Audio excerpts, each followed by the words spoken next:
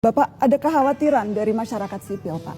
Proses pembentukan undang-undang kita, proses legislasi, makin jauh dari rakyat, Pak.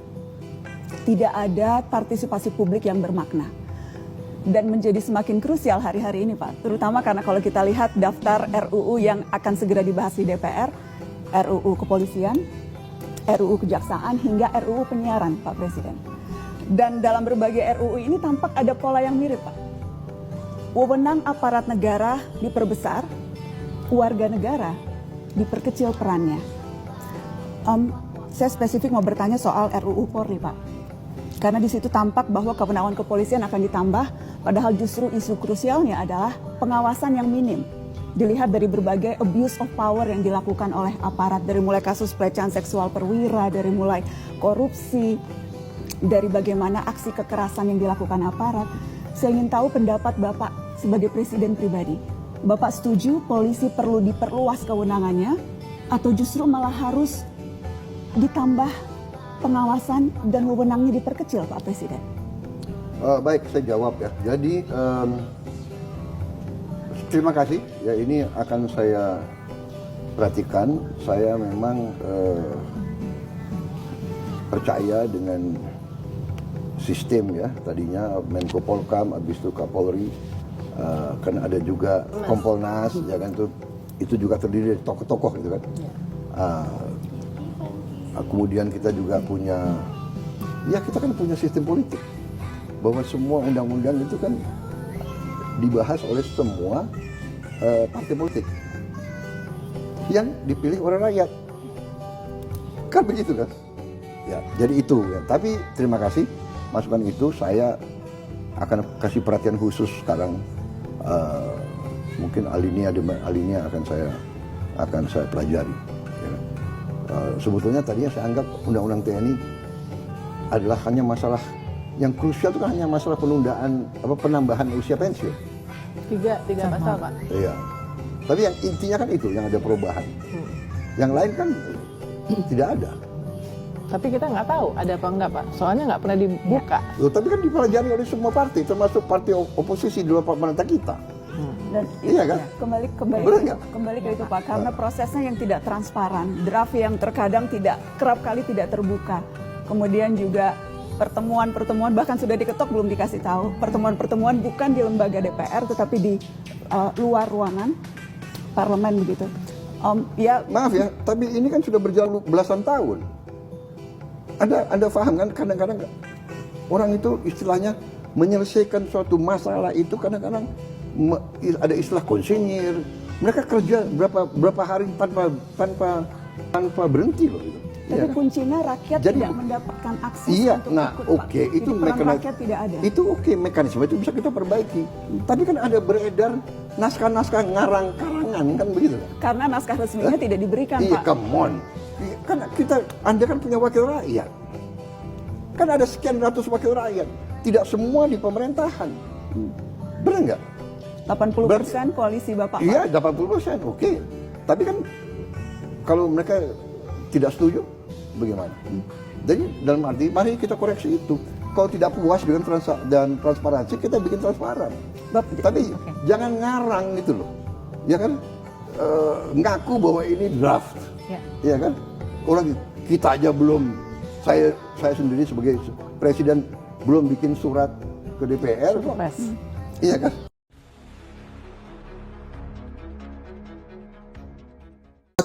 Bersatu tidak berarti harus selalu berbicara kata-kata setuju. Bersatu itu bukan seperti itu.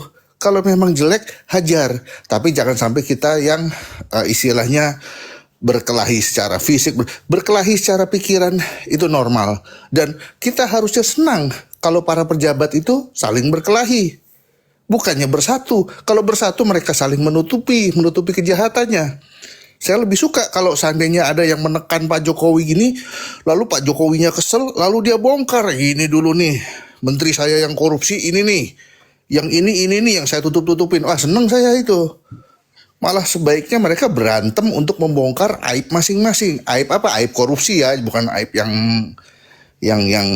sifatnya pribadi, bukan gitu. Lah, biarkan para pejabat ini berantem dalam hal membongkar kebusukan masing-masing, tapi rakyatnya bersatu bukan berarti selalu bilang iya kepada siapa yang diidolakannya. Katakan jelek pada saat dia jelek. Nanti kalau saya kritik KDM, lalu wah ini pembenci ini, pasti begitu. Seorang pemimpin yang hebat itu adalah yang bisa mengkoordinasikan bawahannya, karena tidak ada Superman. Mengkoordinasikan bawahannya supaya bawahannya itu bekerja dengan baik, dengan bersih. Tanpa pemimpinnya harus muncul, itu pemimpin yang baik. Kalau dia apa-apa gerak sendiri, Indonesia luar biasa luasnya. Mau membersihin sungai di Papua sana, kelar dari Papua ke Aceh, bersihin sungai di Aceh, ya nggak seperti itu. Tapi kan mengkoordinasi lah. Tapi saya berharap itu jadi ilmu manajemennya harus bagus. Sekali lagi, jangan mendewakan manusia. Jangan mengidolakan boleh, tapi pada saat dia salah katakan itu salah. Makasih. Ya, terima kasih Bang Indomie ya. Betul, harus fair gitu ya. Harus imparsial ya. Yang salah katakan salah ya. Seperti lagunya siapa itu? Iya. Terima kasih Bang Hasim. 1 menit Bang, closing statement Bang. Silakan Bang Hasim. Ya, makasih ya. Kalau kita lihat tentu parameter kinerja ya, jangan hanya berbasiskan kepada anggaran dan pada kerja-kerja politik ya. Jadi alat ukur sebagai evaluasi ya, bentuk perbaikan dan penguatan dan rasionalisasi ya, itu dimulai dari dalam diri pemerintah ya. Hampir di semua sektor lini itu harus seperti itu dia. Jangan kerjanya basisnya hanya anggaran dan kepentingan, atau kerja politik, atau kerja keuangan, atau kemampuan. Tetapi apa? Orientasinya adalah target dan capaian gitu loh. Semua sektor lini mana yang mau disoroti, target dan capaiannya. Ini dia. Jangan hanya orientasi kepada kerja politik, kepentingan, atau budgeting anggaran. Jangan hanya sebagai itu ya. Jadi sebagai top leader, Prabowo tuh harus punya alat ukur yang jelas, parameter yang kuat gitu loh ya. Apa? Bentuk pembanding suatu rejim masa lalu ada rejim hari ini. Minimal ada regulasi pembanding, ada suatu kebijakan pembanding ya. Ada suatu kebijakan pembanding, ada regulasi yang pembanding dalam bentuk evaluasi, revisi, perbaikan, rasionalisasi, dan penguatan gitu loh. Kan ini yang diperlukan oleh pemerintah hari ini ya. Rakyat hari ini menuntut gitu loh. Kinerja pemerintah masa lalu, pembandingnya pemerintah rezim hari ini gitu. Basisnya kebijakan, anggaran. Notabene-nya pembiayaan yang sangat gede masih dari utang negara kok. Ya. Tapi menterinya kan kita kan paham ya, lembaga kementerian terkait dan pembantu presiden hari ini harus ada ya suatu pembanding kebijakan, ada bentuk evaluasi, rasionalisasi, dan juga perbaikan. Nah itu yang ditunggu rakyat gitu loh. Karena penguatan sistem dukungan ini adalah kembali sebuah sistem rakyat kepada Prabowo Subianto. Pertama mendoakan dia sehat gitu. Tapi hari ini juga belum kita nampak lihat ya, hanya normatif ya, enggak nampak lihat close action yang sangat spektakuler yang ditunggu. Reshuffle kabinet contohnya, ini kan ditunggu rakyat ya, jangan hanya rotasi. Mana itu pembanding kebijakan hari ini yang lahir daripada kebijakan 10 tahun rejim masa lalu? Bentuk perbaikan komitmen, bentuk dukungan kepada rakyat. Doa support sistem kita ya, semoga beliau sehat selalu lah ya, dengan tongkat komandonya ya. Kalau dia presiden kan jenderal juga, jenderal, menantu juga presiden, menantu juga jenderal ya kan. Dia sendiri jenderal, dia lagi presiden. Apa perlu rakyat ngasih tongkat komando baru? Pak, ini bapak lupa bawa tongkat bapak, kita kasih dia tongkat lagi ya. Ini pak tongkat komando bapak. Nah, apa perlu seperti itu? Ya notabene dia lupa mungkin bawa tongkatnya. Karena jenderal lo, presiden lo. Mungkin itu aja sementara, my brother. Semuanya yang ada di Kompas TikTok, penduduk rakyat Kompas TikTok. Assalamualaikum warahmatullahi wabarakatuh. Ya, ya. Ya, Selamat pagi, terima Kak kasih. Zenzen. Ki Altro, terima kasih, sehat selalu host. Iya. Udah Yon, sehat ya Karena Mbak Yon, waktu apa kita ini kabar? 2 jam ini sudah habis. Kak Zenzen, Oh, kita beri izin waktu saya bicara. 1 menit ya, untuk closing statement aja ya. Ya, Saya besok yakin, kita bisa menyambung lagi. Ya, silakan. ya Pak saya Zenzen. saya percaya bahwa host Ki Altro setelah mendengar ucapan saya akan menambah waktu saya bicara tuh. Jadi begini, eh tadi yang dikatakan oleh Pak Hasyim Gurki itu tidak sepenuhnya benar. Banyak poin-poin yang harus saya koreksi. Pak Prabowo itu, ini mohon maaf saya bukan pemilih Prabowo. Pak Prabowo itu memiliki jiwa kesatria. Itu yang nggak bisa dibantahkan kalau beliau adalah seorang parti. Satu. Poin yang paling pertama, kenapa Pak Prabowo seolah-olah hanya melaksanakan kebijakannya secara normatif saja, tidak ada manuver-manuver yang sedang dahaganya rakyat ya. Begini Bapak. Waktu untuk rekonsiliasi itu cukup panjang, adalah 6 bulan. Untuk memperbaiki kondisi negara yang sudah acak-acakan khususnya di sektor ekonomi, ya, hukum dan politik, gitu. Benar, Pak Prabowo itu seperti dihantui sesuatu.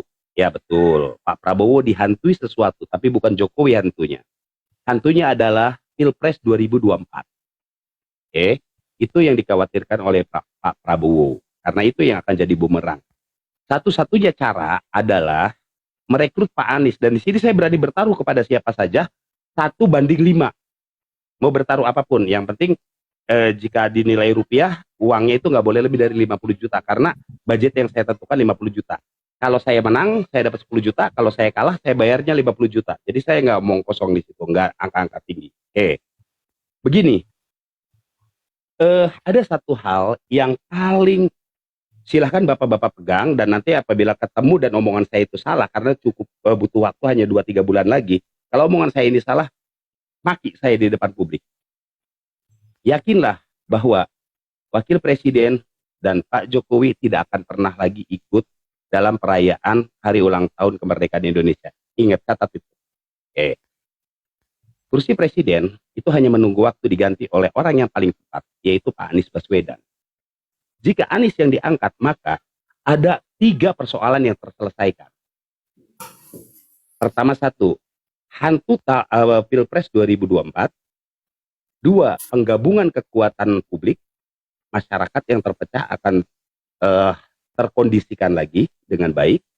3, yang dibutuhkan oleh Pak Prabowo adalah orang yang jujur. Ingat, di Indonesia hanya baru 3 orang yang terbukti secara publik sebagai orang yang jujur, mau itu secara internasional ataupun secara skala nasional.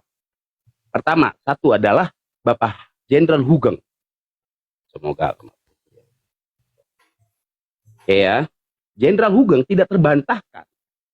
95% rakyat Indonesia yang pernah mengetahui tentang sepak terjang beliau pasti mengatakan adalah ini satu-satunya polisi yang jujur. Saya tidak membahas statement dari tokoh-tokoh lain. Lalu kemudian ada 1 orang lagi, begawan keuangan Indonesia, sampai dunia pun memberikan label untuk beliau itu adalah Mr. Clean. Namanya Bapak Mar'i Muhammad, Menteri Keuangan 3-4 periode di zaman Orde Baru. Yang ketiga adalah Anies Baswedan. Beliau sudah teruji kejujurannya dan teruji kebersihannya karena beberapa kali dipanggil dan diperiksa oleh KPK tapi tidak terbukti salah. Itu kebersihannya. Kejujurannya, semua pejabat itu akan kaya ketika dia menjabat. Tapi ketika Pak Anies menjabat gubernur sebagai gubernur DKI Jakarta, justru sebaliknya. Jika beliau mengundurkan diri, maka beliau akan kaya mendadak. Karena pasti purol reklamasi terus berlanjut. Itu ya.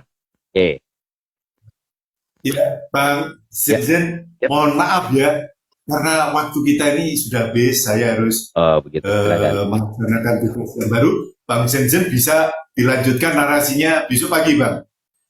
Komal kita ini setiap jam 6 sudah on ya, jadi besok Bang Zenzen saya kasih waktu yang lebih panjang ya. Saya mohon maaf untuk hari ini ya, karena waktu kita ini sudah habis kita ini. Ya. mohon maaf ya, Bang ya. Sampai Ya, ketemu siap, besok siap, pagi siap. ya. Ya, Agak silakan. pagi aja besok Bang. Ya, Mau yang- masuk ke Komang ya. Oke, semua yang- kita akomodir ya. yang Silakan merasa- karena Komang diatur ini Komang independen, Baik. Komang demokrasi, dari aliran mana, golongan mana, silakan masuk, silakan narasi. Jadi saya tidak membatasi, nanti dikira saya membeda-bedakan. Tidak. Tidak, cuma waktu aja yang membedakan kita ya. Saya mohon maaf, Bang Zenzen, besok silakan disampaikan narasinya lebih banyak lagi. Terima kasih, Bang Edan, Bang Udayon, Bang Indomie, Bang Hasil ya. Sekali lagi kita tutup acara kita dengan ucapan wabillahi taufiq wal hidayah, waridho wa inayah, wassalamualaikum warahmatullahi wabarakatuh. Waalaikumsalam warahmatullahi wabarakatuh. Ya, Oke. salam keajaiban ya. Mudah-mudahan ada keajaiban sehingga negara ini bisa move on. Simsalabim. Ya. Simsalabim, abrakadabra. Sampai jumpa besok. Iya. Terima kasih. Good luck.